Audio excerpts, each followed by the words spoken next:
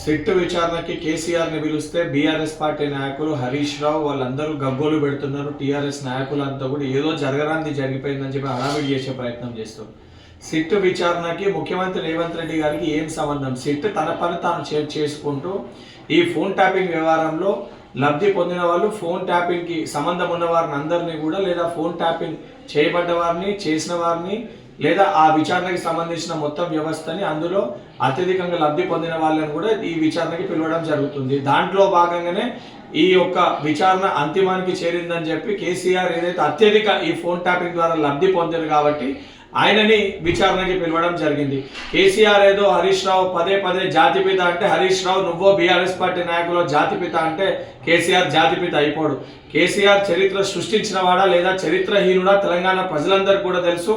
నిజంగా తెలంగాణ ప్రజల్ని ఇబ్బంది పెట్టింది, నిజంగా తెలంగాణ ప్రజల ఉసురు పోసుకుంది.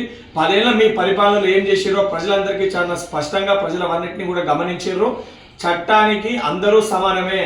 సిట్టు విచారణకి అందరూ వెళ్ళినప్పుడు కేసీఆర్ ఏదో అతీతుడు, మహాత్ముడు, సిట్టు విచారణ పిలవకూడదు, సిట్టు విచారణకి కేసీఆర్ని హాజరు కాకూడదు, పిలవడం తప్పు అనే విధంగా మున్సిపల్ ఎన్నికల్లో నీచానికి దిగజారి ఏదైతే మీ రాజకీయ లబ్ధి కోసము ప్రచారం చేసే ప్రయత్నం చేస్తున్నారు.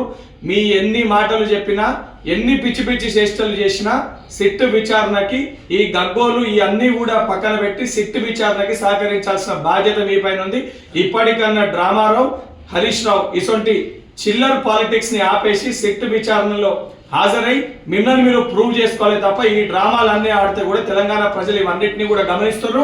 తప్పనిసరిగా వీటన్నిటికీ జరిగే మున్సిపల్ ఎన్నికల్లో కూడా మీకు తగిన గుణపాఠం నేర్పిస్తారు.